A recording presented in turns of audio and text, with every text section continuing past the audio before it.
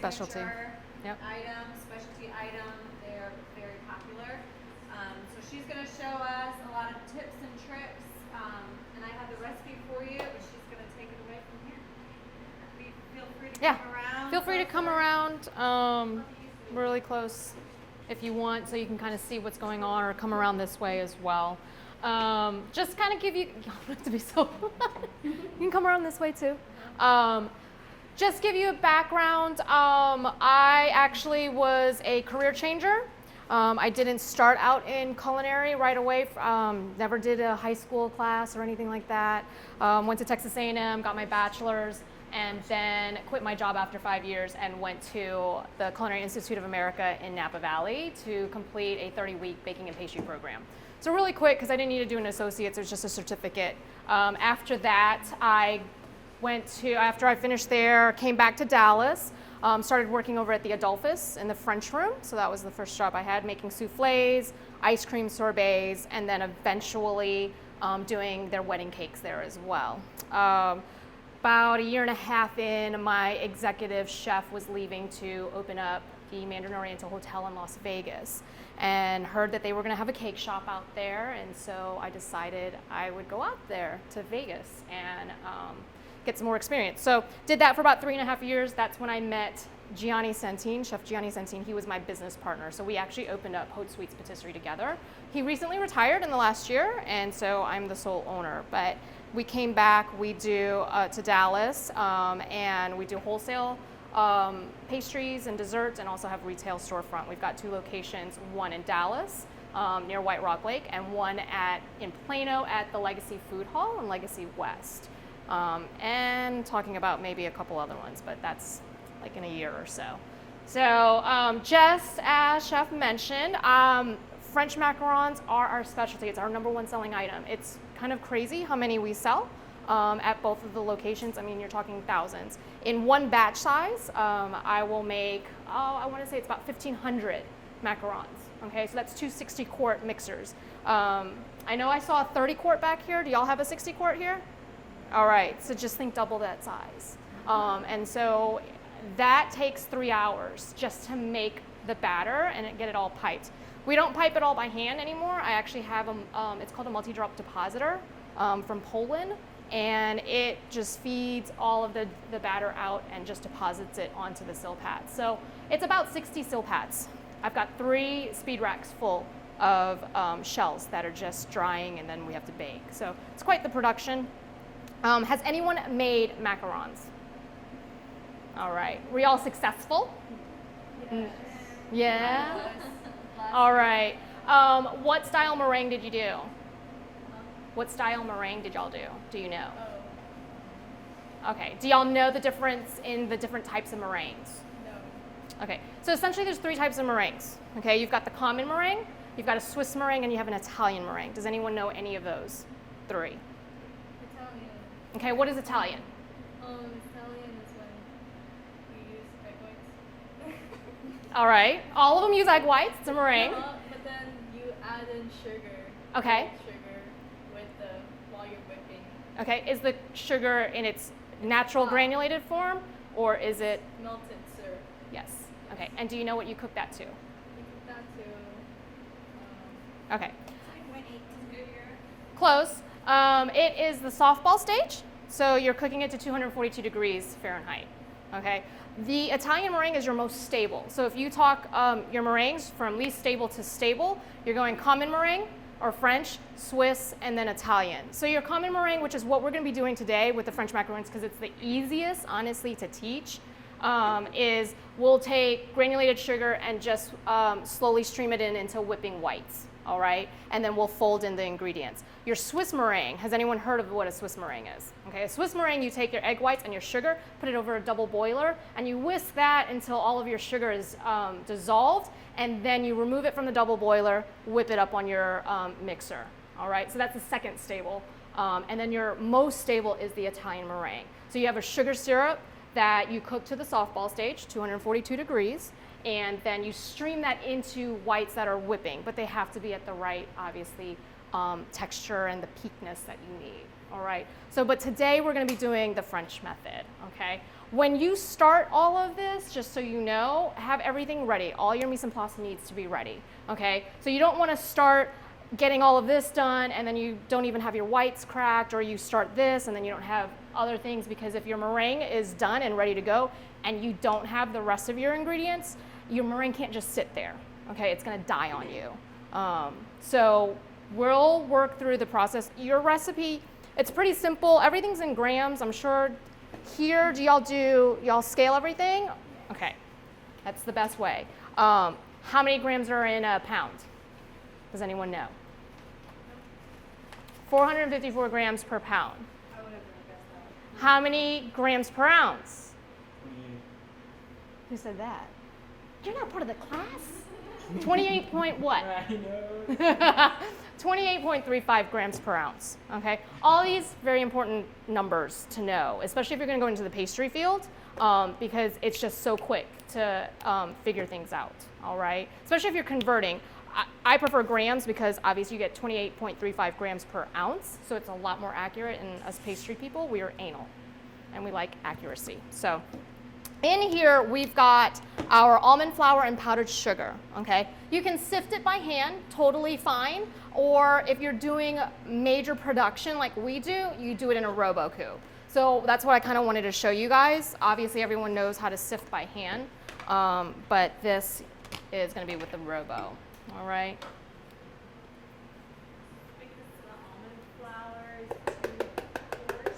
That and the powdered sugar needs to be sifted. You don't want lumps at all. Okay, you skip this step, that's on you.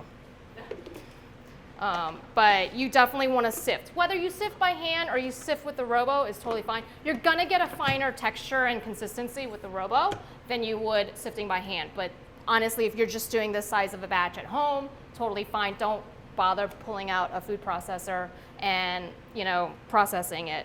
But when you're doing it, my batch size is almost 4 kilos of powdered sugar and 4 kilos of almond flour. That's a lot.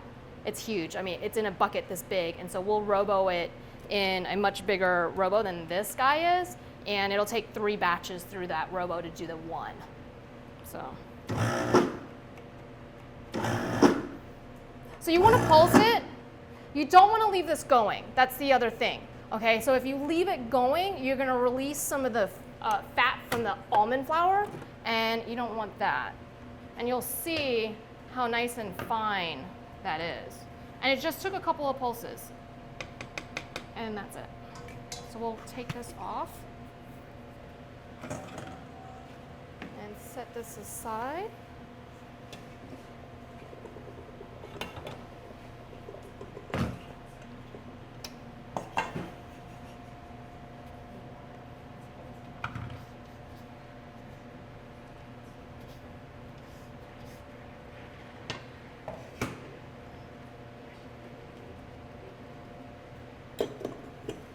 This here, move that there.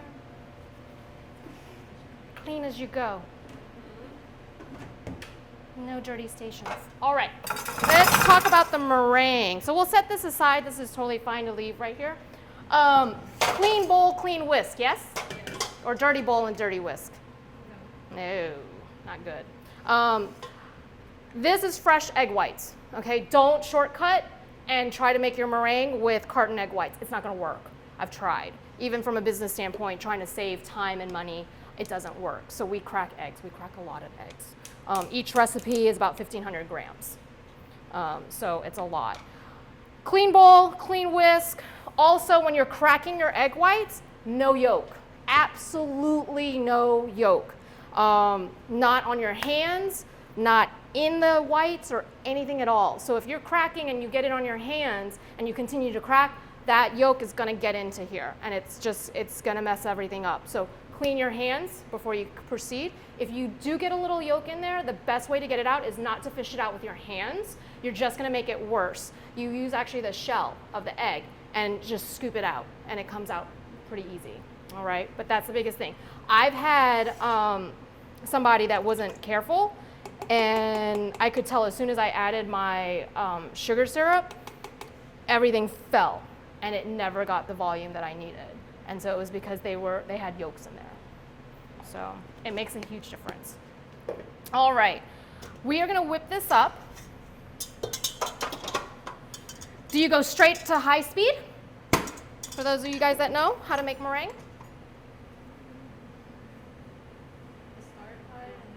No, never, ever, ever, ever. You can whip so if you have eggs, you have yolks, and you have whites. If you have whole eggs and you have yolks, you can immediately whip on high, but not your whites, okay? You wanna slowly whip them up to slowly develop your meringue, all right? One thing that you'll see is I started it out probably about 3. It's gonna be different with every mixer. That's the one thing that you wanna pay attention to. As I'm whipping this up, I wanna see consistent air bubbles that are developing. I don't wanna see a lot of big and I don't wanna see a lot of little. If you are, then you have it too high. If you're not getting enough bubble development, then you're too slow. But you see how everything's pretty consistent there. Once and in the center, as that whisk is going, you see it's liquid, it's yellow. It's gonna get whiter, obviously, and then the air bubbles are gonna get smaller and smaller. Then I'll kick the speed up one at a time, all right? I'm also looking for, before I stream in my sugar, about a soft to medium peak, all right? The other thing that you wanna have ready to go when you're doing your meringue is your color. So for this method, I add the color to the meringue. For the method that I do at my shop, which I do an Italian meringue method, we add it to the paste. So there's another way of making macaroons where you actually add egg whites to your almond flour and your powdered sugar and make a paste, and I add my color to that. But I'll add it to the meringue. And you'll see now as the bubbles are getting smaller and smaller, but everything is very consistent in the size, all right? So if you've got big and little, kick it down. You're going too fast.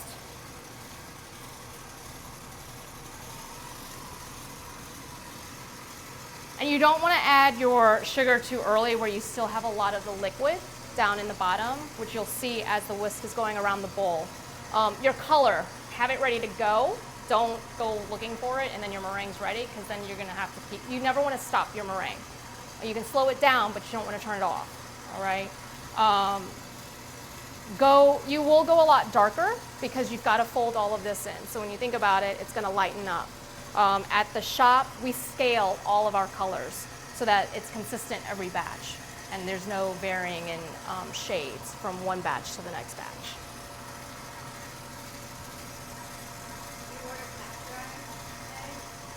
No, they're just shelled. Yeah.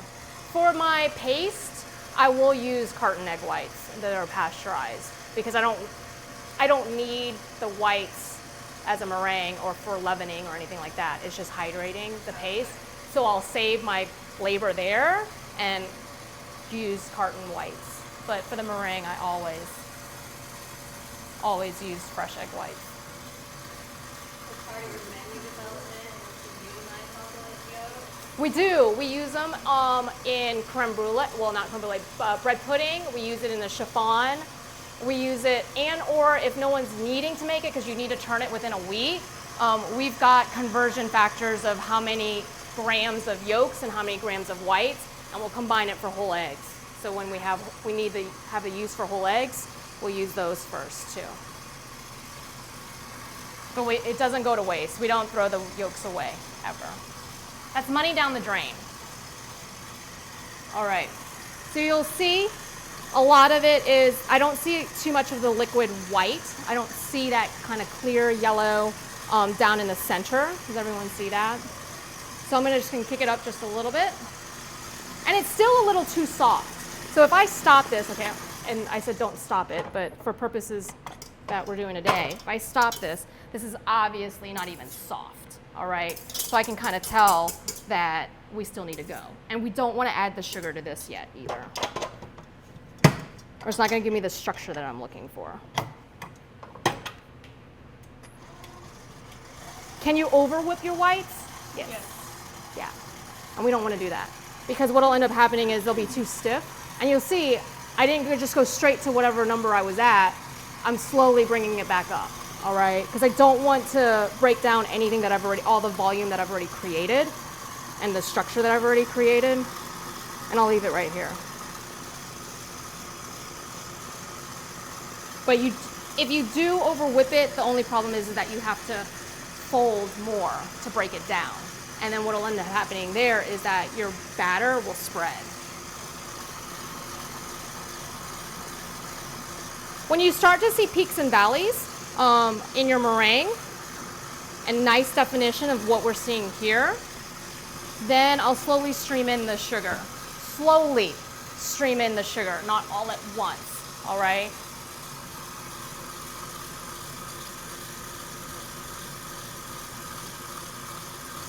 And you'll see I didn't increase the speed either.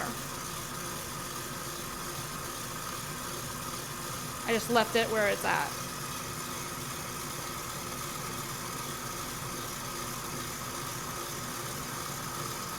If you were doing a sugar syrup, you would pour your sugar syrup down the side of the bowl, not straight down, because then it'll just go down straight to the bottom of your bowl.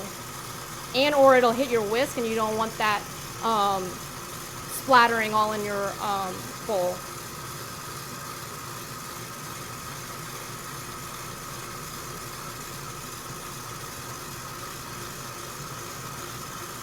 All right. So now that all my sugar is in, I'm going to add my color. I'm just slowing it down just a little bit. I have cranberry pâte de fouille today. So I'm kind of doing a nice, I want to do a nice kind of pinky. So this is electric purple, and I'll add a little red.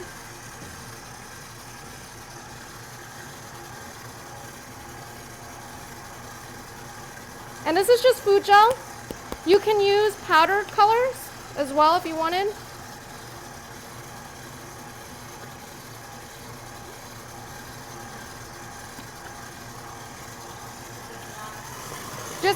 So, yeah. Obviously, if you were R&Ding or whatever, a little goes a long way. Start out small. Don't add a whole bunch. You can never take away your color. You can always add your color, but you can't take it away once it's already in there. Helpful tip. Now this will lighten. So as you whip up your whites, they're getting whiter and whiter. Same thing as you're adding and incorporating air. This color is going to get a little lighter as well. I want a little, the color I want.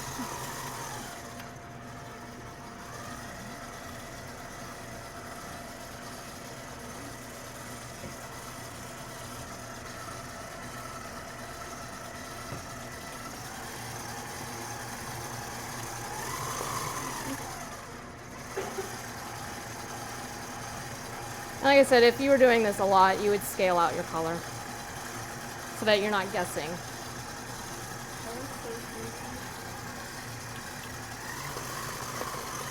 Yeah, but it's not, I want a little more purple.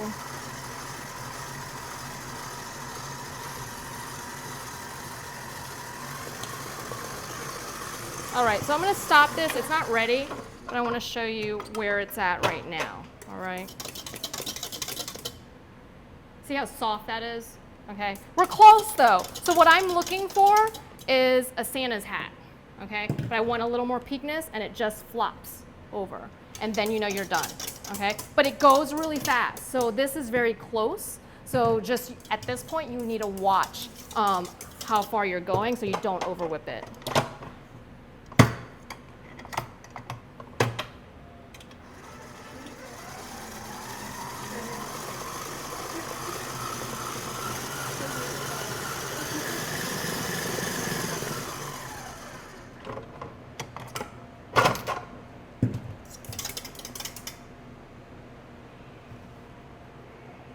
Perfect.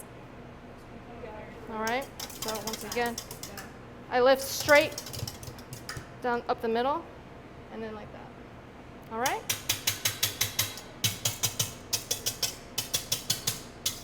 Am I throwing that into the dish pit? Thank you. Okay, meringue is done. I'll fold on this side so it'll be easier for the camera.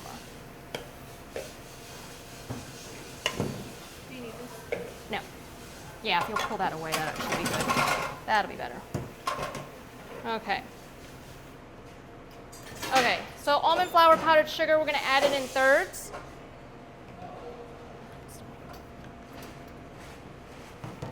Okay. Always a third, a third, a third. Even if you were making cookies, you're adding your flour, your dries to your butter, sugar, and eggs. A third, a third, a third scrape, a third scrape, a third scrape. When you're doing that, are you folding it in completely within each fold? No? How far are you going? So when you're adding it, your first third, I want to go about 75%. Okay? I don't want to break down the meringue. So if you continue to fold it completely and then you add your second third, then we're just breaking everything down and the batter's going to be really loose. Okay? Because you have to think, once I get to my final third, I need to have that completely incorporated. So we're only going 75% of the way, 75% of the way, then 100% of the way. All right?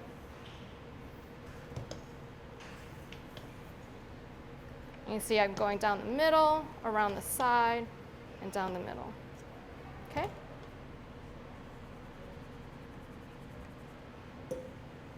Has anyone made pâte à choux before? Okay.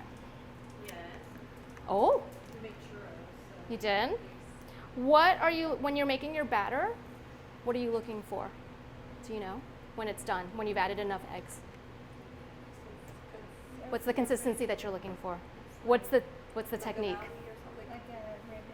I don't know the word, but like Okay. when you make a crease, it like stays, like it don't fall in. Yeah. And or did you ever lift out your paddle for I didn't make it.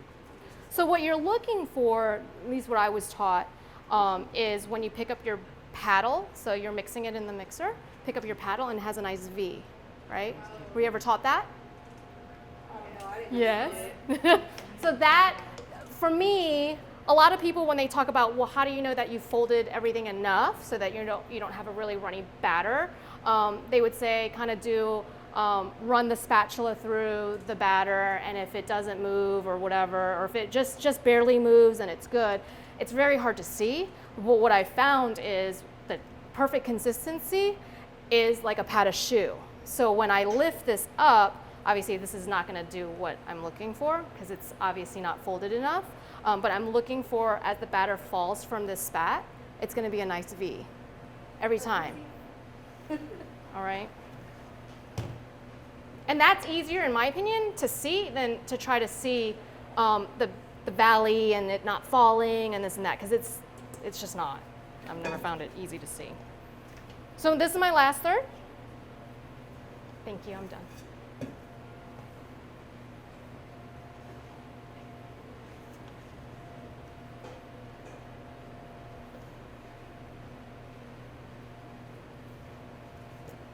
Always making sure to get down into that bottom where that divot is.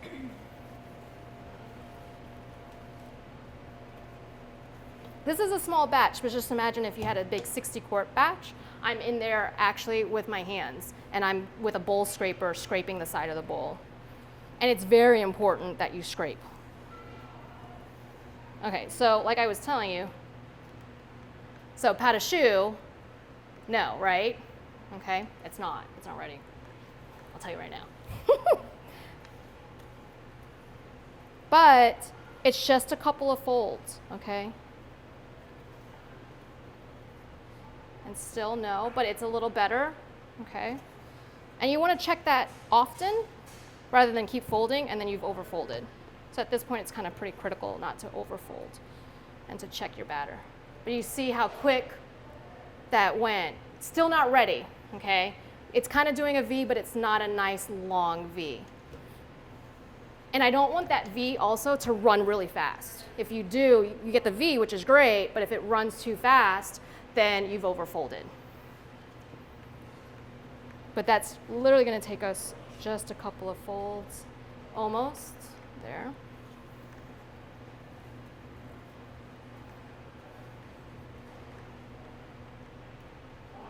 Almost. But you see how it's a little faster?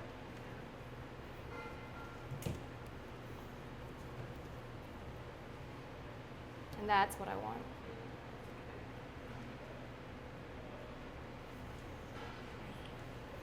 That's it. Okay, there is meringue in here, so your batter will dry out. Okay, so you see that I'm scraping the sides of my bowl, constantly doing that, because I don't want to have parts of the batter to dry out, and then as I'm piping, and then it's got bits of wet batter and then dry batter. It's not going to be good. It's not going to pipe well, all right? Will someone grab me? Oh, actually, it's right here. Okay. So this is a homemade template, because when we started out, it just is too expensive to buy the silpats that already have the rounds drawn in them. So, you know, you just make photocopy of a parchment and then you laminate. And that's what I did. It's easy to wash. Just put that on top. Make sure you don't put it in the oven. If you do, it wrinkles, which has happened. All right.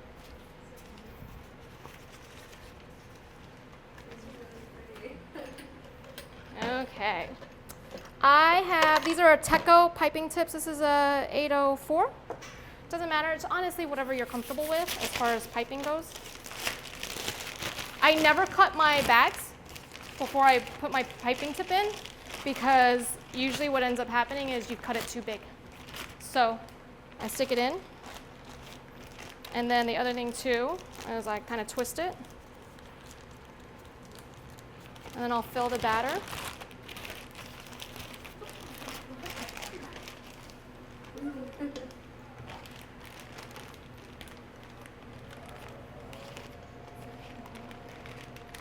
So the green bag, is it thicker? It's a little thicker.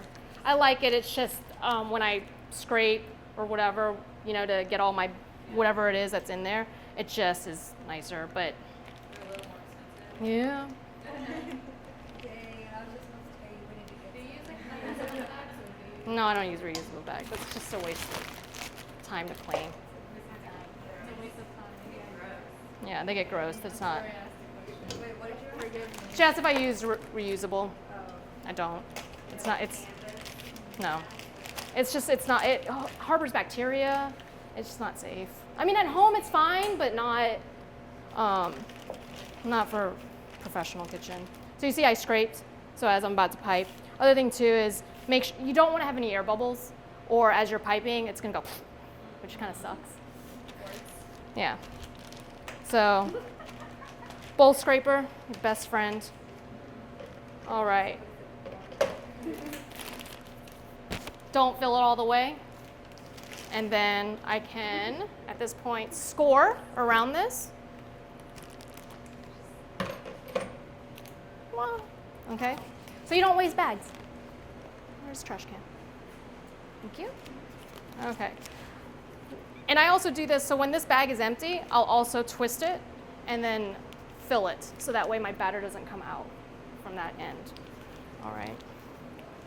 Okay. When I pipe, I don't pipe from up here. If you do this, if you go into pastry or whatever, you're gonna end up getting carpal tunnel, honestly, and it's gonna be easier. You'll just get a lot of fatigue from piping up here versus piping just down here. So it's a lot smaller amount of product that you have to kind of pipe through, all right?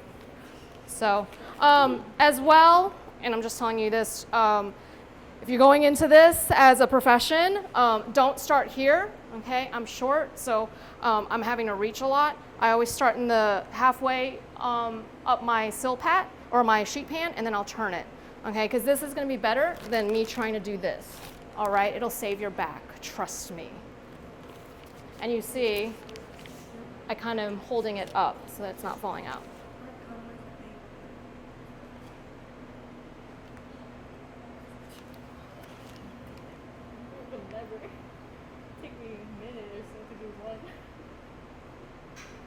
And it's going to spread just a little, so I'm not going all the way to the edge of where the template is.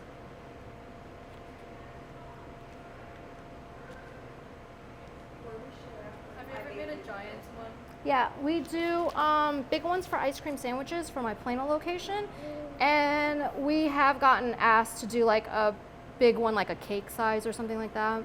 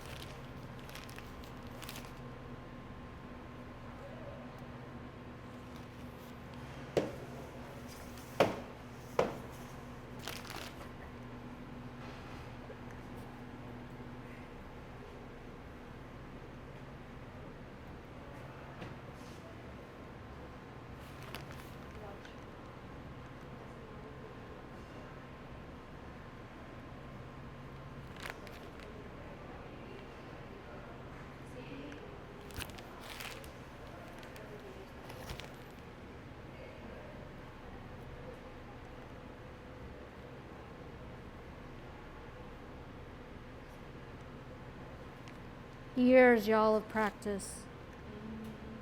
Okay, so before I fill this, I am gonna push out any batter, because again, that'll create holes or air pockets. And you see, I kind of just pushed my tip in, or my piping bag in there to get anything else out in the tip. Because if you have any batter in there, and that's what always happens, is that you'll fill your bag and then you'll have stuff here, and then when you go to pipe, again, you'll get the, so that will hold it, so it's not gonna let any batter out. And then I just refill, like so.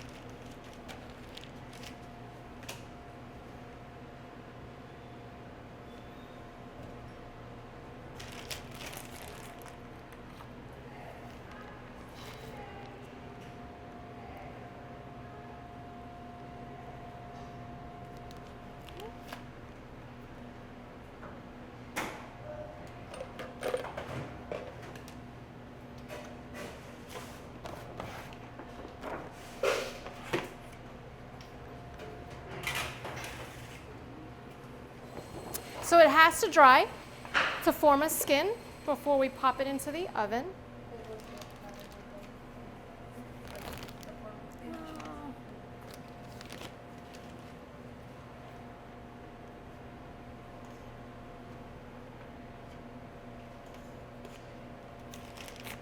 Does anyone want to pipe? Come on. I'm serious. Chef, you do it. I want to see pro against pro. Pro against pro. Try it. Guys. Because me and you could like I don't know about you, but me, like whenever I did the lesson, I didn't do good. They won't come on. This is how you do. Chef, those are the different sizes. They're gonna be Oh, you huge. laugh at me, okay? You're the pro here. You went to school for this. Why do you think she's here? Because I'm not a pro. I'm not Pastry is so different, y'all. Very different. Very, very different.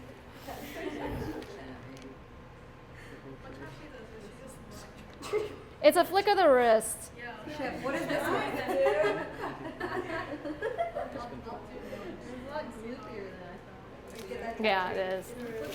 On the mean side. That's why I've been messing up. I can think about 4 different things she said today. What do you think? Marie? The folding, we didn't fold enough. Well, so if it doesn't, yeah, it could be too stiff, and then it's not gonna, you'll get nipples, essentially, is what. Yeah, we've done those. Those are like touching We've each had other. no Roboku. We've had chunks. Did you sift by hand? We sift powder sugar, but we didn't do anything with the almond flour. Yeah. And then it's like, Yeah. And then we you We- made it cream. yeah, so we overdid it. Yeah, there's so many things. And when you roboku, the one thing is that you want to have it mixed. You don't want to just robo the almond flour on its own. So you saw I had it all mixed in there. It doesn't need to be. Do it separate, you do it together. You do it together. So because you need the powdered sugar with the almond flour to just help it break down a little more. But if you just put the almond flour in the robo on its own, you're gonna end up over processing it, and then you'll release a lot of the oils, and you'll start to see that in your batter when it bakes. You may not see it at the initial, and it doesn't need to be like very well mixed. I literally just threw it in a bowl, hand tossed it, threw it into the deli, and that's it. You know what I mean?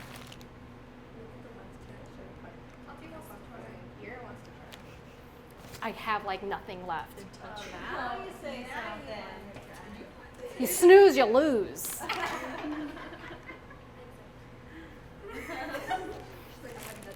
make some next week.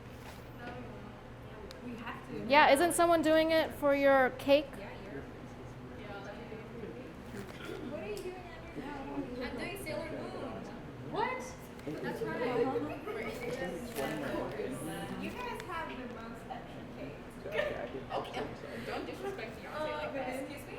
Beyonce. What are you doing, Beyonce? What?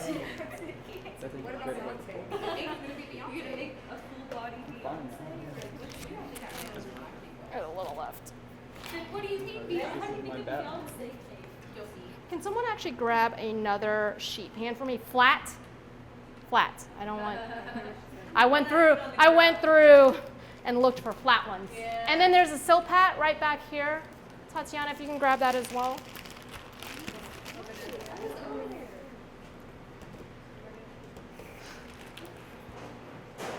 So I've seen sometimes, like when you're making macarons, and then like they like after they finish it, like Tap it. yeah. I don't need to tap it out. This one, it's like, flowing what- really what nice. does it do?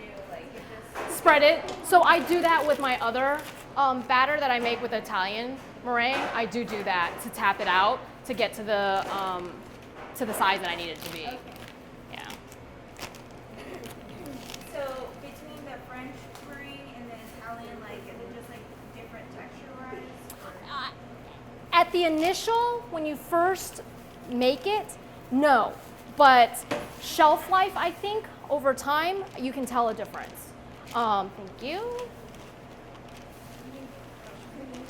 Someone want to try to pull out the template for me? Oh, I want to try. So you hold one end and then you slide the template out.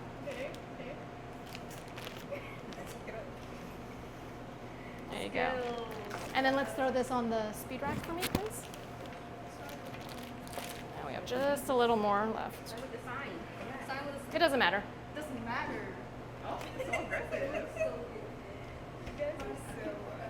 All right. Dramatic and dramatic. No, it doesn't matter. And honestly, I will use both sides of the sill pads. You could have maybe not let them dry long enough. Could be a problem. Or you didn't bake them enough. Or the overfolding, and so you broke down a lot of your meringue. So meringue, when you think about it, dries in the oven is dries crisp. So if it's really wet, then you overfolded, so you lost some of that property of the meringue. That So generally, how long does it take for it to like dry? it just depends. Like it's very humid today. We made these. What time did I get here? About 11:30. So I made those as soon as I got here because I knew it wasn't going to dry in time, and we're going to pop those in the oven. So they took. It was right about 12:30 when they were starting to get a skin. So if you guys want to come over here, when you feel it, don't jab at the shell, but just touch the top of them, okay? So touch the top of this top tray and then touch the top of the one below it. And tell me if you can feel a difference.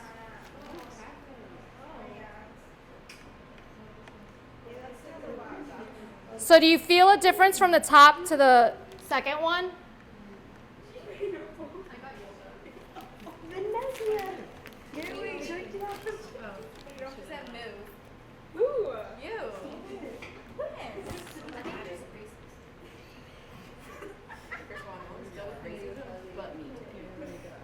All right. You know what Chef said? Chef says, I'm good at Throw that away from me. All right, so to get the piping tip out, I cut like so. So easy. Yeah, because usually No, that piping tip is mine. see that trick? All right. Can you pull the template out for me, please? Now we know. Those aren't even secrets. I'm gonna screw it. You can look on YouTube. You don't hear half this. All right. So you guys did feel a difference, yeah? Yeah. Between the two. So this one, obviously, I piped first because it feels what? A little drier. Yeah. That's what you're looking for before we pop this into the oven. All right. This guy obviously has a little give when you feel the top of it. All right. So we'll throw this guy in. So the Oven should be at 315. I hope your oven is good. And we're going to go in for 13 minutes, 13 to 14 minutes. So we're going to put a timer for 7. And then we're going to turn, please. When you put it in the oven, put it equidistance front and back. Okay? Yeah, that's fine. You can put it there. And then equidistance, so not all the way to the front and not all the way to the back. So equidistance front and back. It's a convection oven. It's got a fan. All right? So you want that even baking. All right? Thank you. We'll put this back. All right. We have, so we're going to fill these with, we'll do 2 fillings. So I'll show you kind of how to do 2 fillings on it versus one, we'll do 1 and we'll do 2, which is where I do a ring of flavor and then inside the center another flavor, all right, because people like to see that. So I've got what we have is our ganache, chocolate ganache, and then I have our quote-unquote jam. It's called pâte à fouille. You can make pâte à fouille, which is a jelly candy, normally cut and then tossed in sugar. But with this, we actually cook it. We don't cook it to the same temperature because we don't need it as set, essentially. And I want it to have kind of that jammy-like texture. So we'll make it, put it out onto a silpat, allow it to cool and set, and then we throw it into a mixing bowl with a paddle, and then paddle it. So do we have tasting spoons? Excuse me. The other good thing with this is that the shelf life is really good. Okay, no double dipping, please. That's in my mom.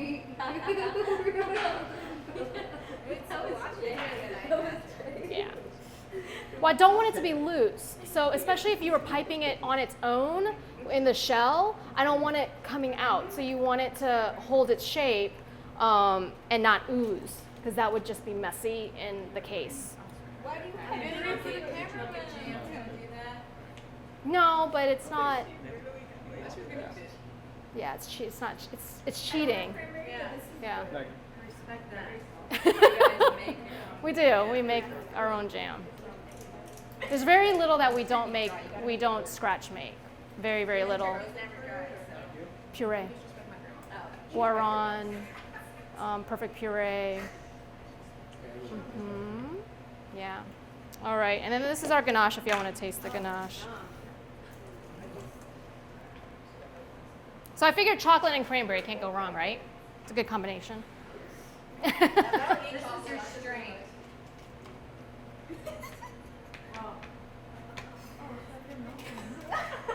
I've had this ganache sitting out overnight, so it's nice and pipeable.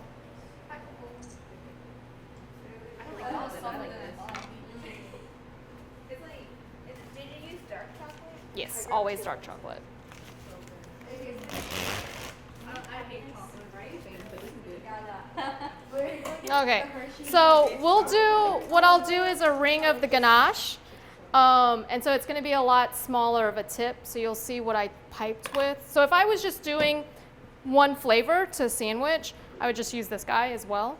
But I'm doing a ring, so it's a lot smaller. This is, I think, an 801 tip. That was an 804.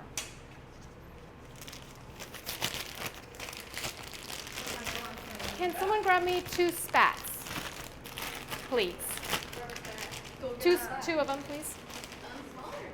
Small.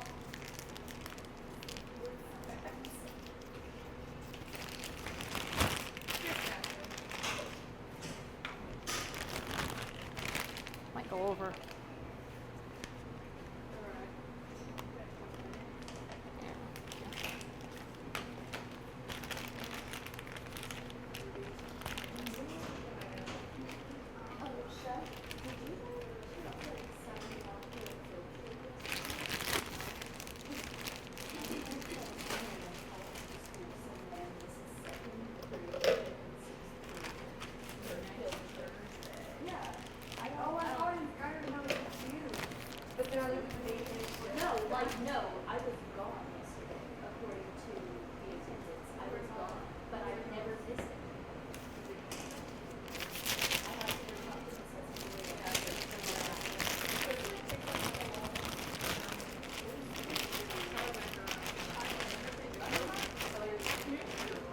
because it's shiny.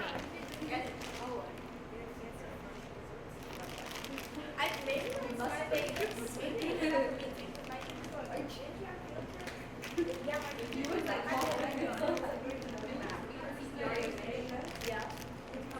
But that's not a field trip. No, but that's where they counted it out at. Okay, but they took attendance in second period before we left. And my second, third, fourth, fifth, and sixth class periods all sang field trip. Exactly.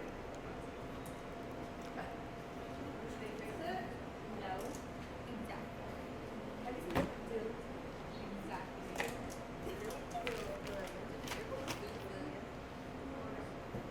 Any questions? All right, so if everyone will come real quick, I just want you to feel this wiggle. Obviously, it's not done, okay? And I think this oven is really high. So you feel that wiggle. So if after the 13 minutes or 14 minutes you get this wiggle, it's not done. That's one thing. You're obviously feeling it because it's only been 7 minutes. You're so exaggerated. It's an oven, Mira. I'm burning. Hurry, I got it. You see it kind of wiggles. Oh, okay, got it. But this oven seems like it's high. Yeah, so you rotate in a convection oven always, y'all, right? And I'm just going to drop the temp a little bit. Let's do 6. Would you do the first 7? Then 6, yeah. Let's do 6. And then we got it. All right, so if y'all want to come over here and feel, you should not feel any wiggle. No wiggle, no softness on the top as well. All right, so what we're going to do is to get these so we can fill them really quick. Someone can grab me a sheet pan. We are. So I'm going to take it and pull it off of this hot pan to put onto, and then. Do you want it on parchment? No, we don't need it on parchment. We might as well just keep baking. So when I do classes, this is what I do to try to get everyone out in time. Thank you. We actually throw the sheet pans in the freezer. Oh, this is going to be hot.